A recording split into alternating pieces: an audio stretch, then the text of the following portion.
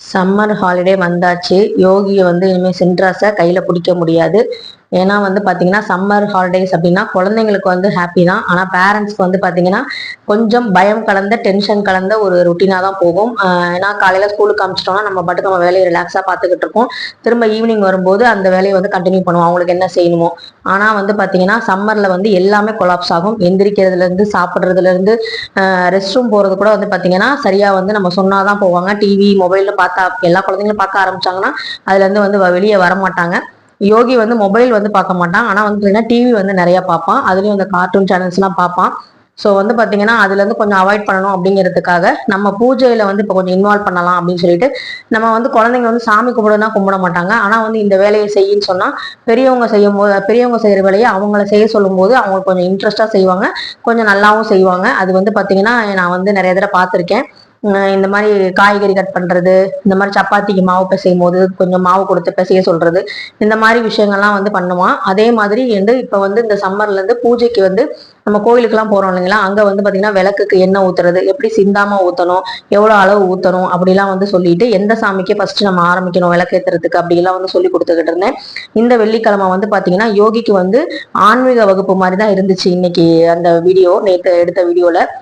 அதே மாதிரி பூ வந்து பாத்தீங்கன்னா எல்லா சாமிக்கும் வந்து வைக்க சொன்னேன். அதே மாதிரி ஒவ்வொரு சாமியோட பெயரும் வந்து அவனுக்கு தெரியும், சொல்லிக்கிட்டே வச்சான். ஸோ இந்த மாதிரி நம்ம சொல்லும்போது நமக்கு வந்து பார்த்தீங்கன்னா அடுத்த நம்ம வீட்டுக்கு அப்புறம் நமக்கு அப்புறம் வந்து நம்ம வீட்டில் வந்து இந்த மாதிரி பூஜைகள்லாம் வந்து பண்ணுறதுக்கு எல்லா பூஜையும் பண்ணுவாங்களான்னு சொல்ல முடியாது.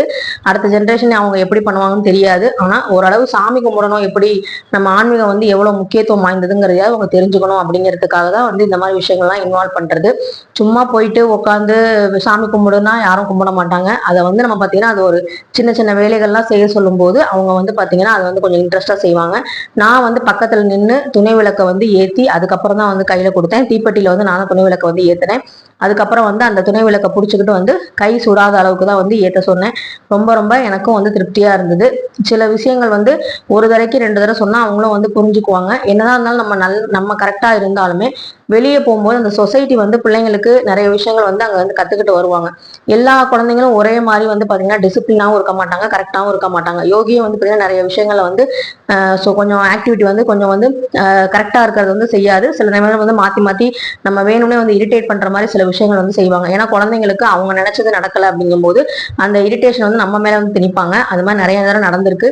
ஆனா இவன் ஓரளவு பரவாயில்ல அப்படின்னு நான் சொல்லுவேன். கொஞ்சம் சொல்லி சொல்லி சொல்லி சொல்லி மாத்திக்கிட்டே இருந்தோம்னா அவன் மாறிக்குவான்.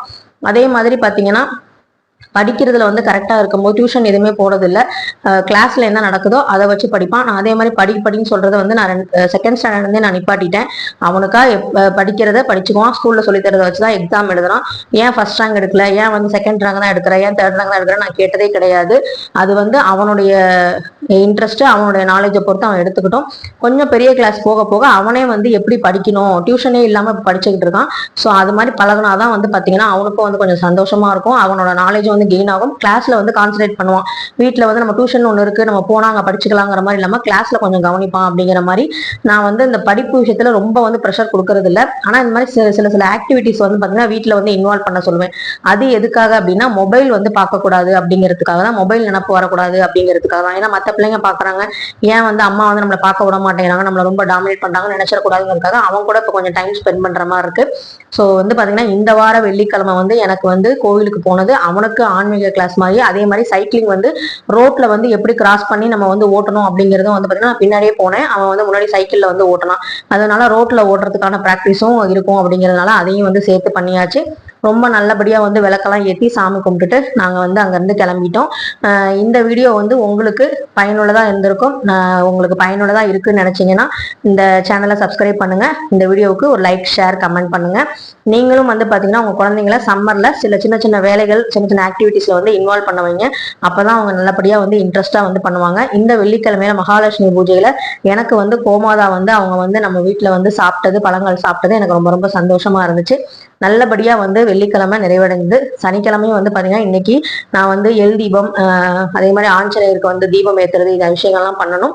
ஸோ வந்து பாத்தீங்கன்னா அதையும் வந்து யோகியை வச்சு நான் பண்ண போறேன்.